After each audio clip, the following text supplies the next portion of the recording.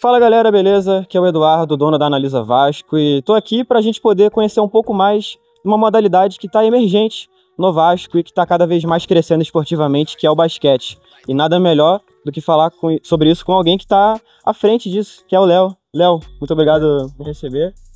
E Léo, acho que a gente começando aqui o nosso papo, você já falou algumas vezes sobre isso no decorrer da temporada, mas sempre bacana entender como é que foi você receber esse convite de vir treinar o Vasco. Como é que foi receber essa notícia? Na verdade, o GG vindo para cá foi um grande diferencial para eu poder aceitar esse desafio. Eu fui jogador durante 26 anos profissionalmente, então vivi muito essa época áurea do Vasco, sei do tamanho do Vasco no basquete, da importância do Vasco no cenário nacional. E o GG me fez uma proposta que, como a gente fala, consistente, não era algo, vamos tentar ver o que vai acontecer. A ideia era realmente fazer algo diferente do que tinha sido os últimos projetos do Vasco. Então, cumprindo as suas metas, cumprindo com responsabilidade os combinados. Isso foi algumas coisas que a gente tratou desde o início, que a gente vem cumprindo rigorosamente. E aí eu realmente aceitei por ser um grande desafio, ser um carioca, né? Sei do charme do basquetebol carioca. A partir do momento dos times de futebol, do Botafogo, do Flamengo, do Vasco e do Fluminense, eu pude jogar basquete numa época onde os 4 grandes do Rio participavam do Campeonato Nacional. Eu sei a grandiosidade que é isso, eu sei do público que o basquete tem no Rio de Janeiro. Então, fiquei extremamente motivado e honrado por essa oportunidade. Maravilha, você falou, o basquete carioca vem se fortalecendo, faz falta ter os 4 na Liga Nacional, o Fluminense infelizmente tá de fora. E assim, o Vasco também viveu isso recentemente, tanto que quando você chega, tá voltando à elite nacional. Como é que foi essa volta? E eu queria saber também a sensação de viver uma temporada tão acima da média. Vocês esperavam viver tudo isso? Eu acho que assim, a questão da gente ser acima da média ou não na primeira temporada, era muito difícil a gente poder mensurar isso, porque era a primeira temporada. A gente não tinha a mínima ideia até da onde a gente ia conseguir, da equipe que a gente ia conseguir montar, foi tudo muito do zero. Né? Então quando a gente chegou aqui, nas primeiras semanas, minha comissão técnica, o GG e tudo mais, a gente foi atrás de bola, a gente foi atrás de consertar quadra, a gente foi atrás de acertar tabela. No início a gente não tinha luz no ginásio, então a gente não podia treinar de noite porque ainda não tinha luz. Então a gente começou realmente do zero, realmente do zero. Então assim, foi muito bacana ver que aquela construção, a dedicação de todos que estavam envolvidos, e todos, eu digo todos realmente, né? Então não só a staff técnica, como o pessoal da comunicação, do marketing, o GG, os jogadores, aqueles que vieram, realmente compraram a ideia de fazer o Vasco ressurgir de uma maneira diferente. Eu digo diferente porque na última presença do Vasco, eu acho que o final foi muito ruim, com dívidas, com não cumprir o compromisso, a gente estava sem credibilidade no mercado. Né? Então a gente vê que agora já nesse segundo ano, que ainda continua sendo um projeto novo, né? Estamos no segundo ano. A gente recuperou a credibilidade, a gente recuperou a confiança, a gente recuperou o orgulho do torcedor de vir à quadra de basquete, de estar aqui presente. É um ginásio que lota, um ginásio conhecido nacionalmente como um ginásio difícil de se jogar. Então é muito bacana a gente ter reconquistado isso em tão pouco tempo. É isso. E é lógico que tem muita coisa para a gente poder aprofundar nesse teu trabalho aqui no Vasco. Mas tem um ponto que chama muita atenção para quem vê de fora. Você ter uma peça como o Marquinhos, um cara histórico pro basquete nacional e que vai se aposentar ao final dessa temporada. Como é que você descreveria essa experiência de treinar o Marquinhos? Cara, foi uma experiência muito enriquecedora. Eu, como ex-jogador, eu tenho por hábito e respeito honrar jogadores como ele. Né? Eu honro a história dele, eu honro muito a trajetória dele. Né? Lógico, eu sou o técnico, eu tomo as decisões, ele me respeita como técnico, mas eu honro muito ele, eu honro muito assim, a história dele, o que ele fez pelo basquete nacional. Então ele trouxe vamos dizer, um pedigree para o nosso time muito grande. É um cara que é acostumado a jogar final, um cara acostumado a um ambiente de cobrança, porque a maioria das equipes que ele jogou sempre tinha uma ambição de chegar em título. Então ele veio trazer muito essa experiência, veio trazer muito essa presença, né? Uma presença marcante para a equipe. E o outro fator muito bacana foi que os outros jogadores aceitaram muito essa liderança dele, né? Às vezes vem um cara de uma expressão igual a do Marquinhos, às vezes o grupo fica meio ressabiado, né? Não, pelo contrário, eles abraçaram totalmente o Marquinho, e o Marquinho também faz parte desse processo porque também abraçou a equipe, veio de cabeça, veio querer contribuir, e acho que foi um fator diferencial para que a gente tivesse uma primeira temporada tão bacana como foi. Não, com certeza. E a gente sabe que o Vasco, em qualquer coisa que envolve Vasco, for, cara, pedra, papel, tesoura, xadrez, se tem Vasco envolvido, tem cobrança, tem pressão. Como é que foi lidar com isso na primeira e como tá sendo lidar na segunda temporada? Cara, eu não sei se é porque eu fui criado nesse meio de time de futebol, né? Então eu joguei muito tempo no Botafogo, joguei no Flamengo, joguei no Palmeiras, trabalhei no Corinthians, trabalhei no Botafogo como técnico e agora estou trabalhando no Vasco. Para mim é uma coisa normal, assim. Eu acho que eu respeito muito o torcedor, aquele torcedor que sai da casa dele, aquele torcedor que vem aqui, paga o ingresso, vem torcer. Ele tá esperando minimamente uma atitude muito forte do time, né? Honrar a camisa, como a gente fala. Então é uma coisa que eu coloco para os nossos jogadores, né? Respeitar esse torcedor, entregar o nosso melhor. Ganhar e perder é multifatorial, mas a entrega, a disposição, a vontade de buscar um resultado positivo, de honrar a camisa, acho que isso não pode faltar.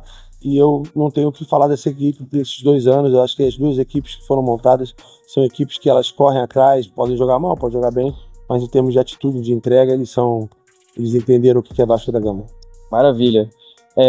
E assim, falando um pouco mais dessa nova temporada, a gente sabe que o Vasco teve um começo com oscilações, definitivamente longe do que vocês gostariam, mas conseguiu já recuperar na tabela bons resultados. Como é que foi lidar com essa oscilação e o que você projeta para essa segunda metade de temporada?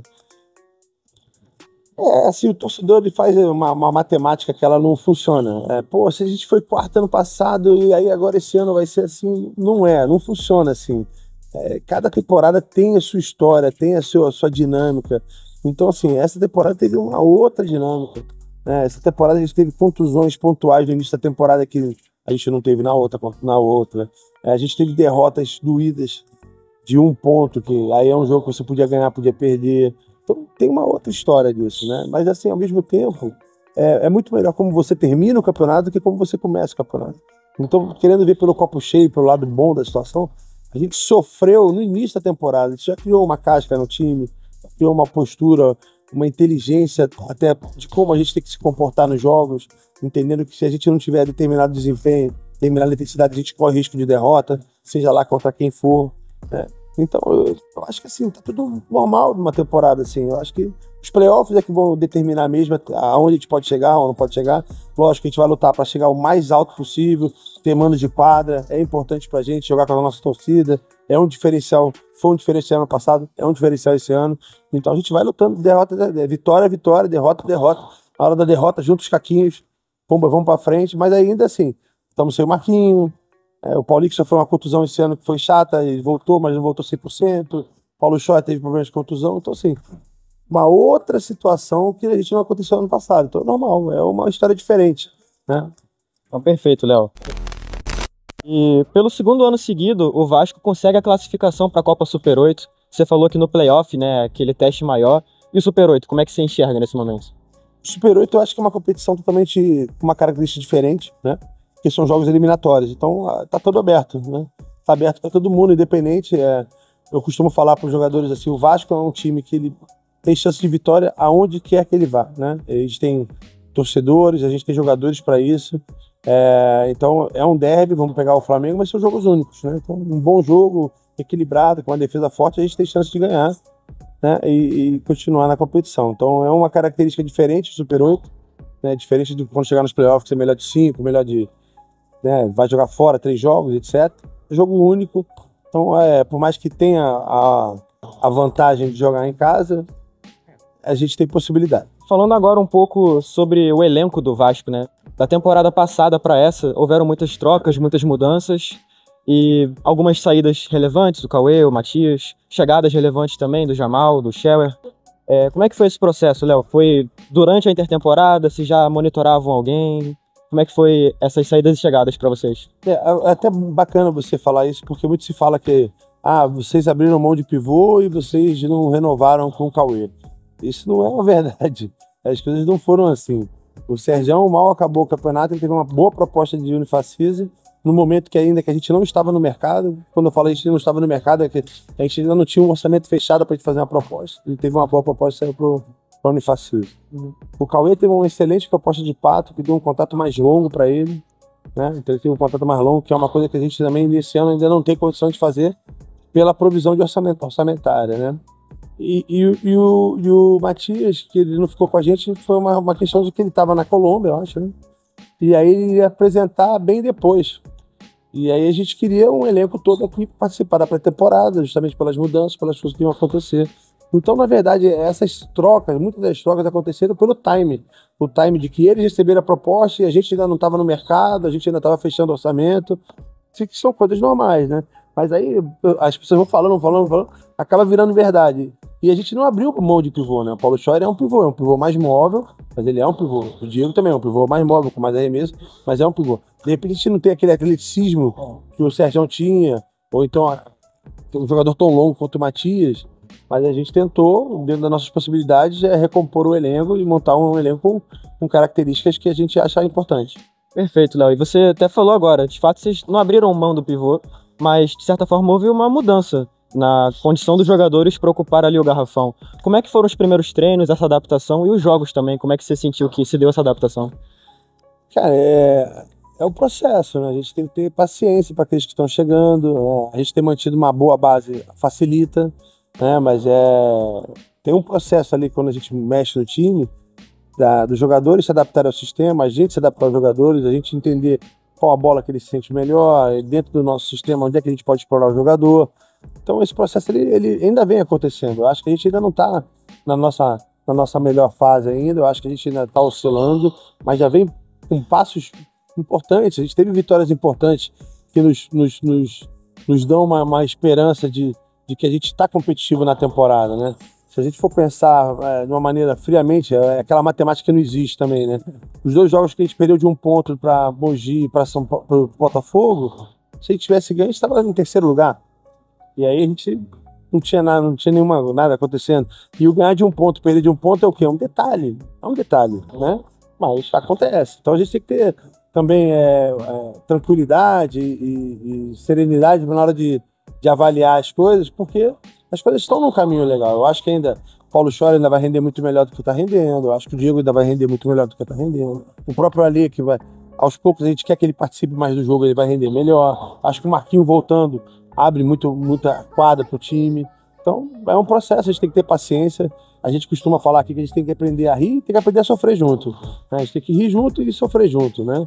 E entender que a gente tem que estar numa caminhada ainda, estamos na metade da caminhada, mas que a gente tem que estar bem mesmo na hora dos playoffs inteiro, todo mundo saudável, para a gente jogar nossa sorte nesse campeonato aí. Perfeito, Léo. E para fechar, uma pergunta um pouco mais profunda. Você espera deixar um legado aqui no Vasco, nessa sua trajetória, deixar, de repente, uma imagem para o torcedor, no momento que você for sair, seja como motivo for, aposentadoria, enfim? Cara, eu tento entregar muito a todos os projetos que eu trabalho. Isso é uma coisa que eu gosto de entrar de cabeça. Eu sou um cara muito intenso nas coisas que eu vivo, e aqui no Vasco não está sendo diferente, né?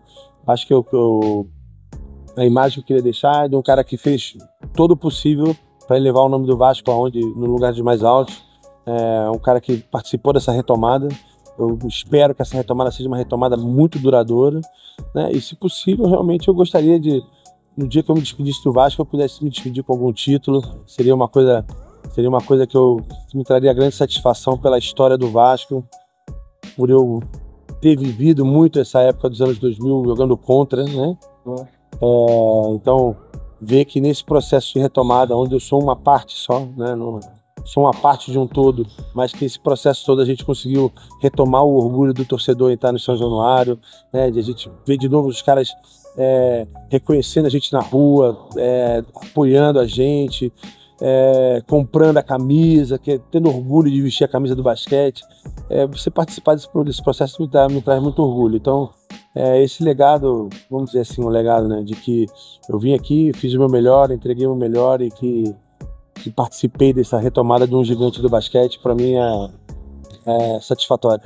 Muito obrigado, Léo, pelo papo. Valeu, cara. Galera, obrigado por ter acompanhado até o final. Sigam o Analisa Vasco, acompanhe o trabalho do Léo no Vasco. Grande trabalho aí. Tamo junto. Valeu, Léo. Valeu, um abraço.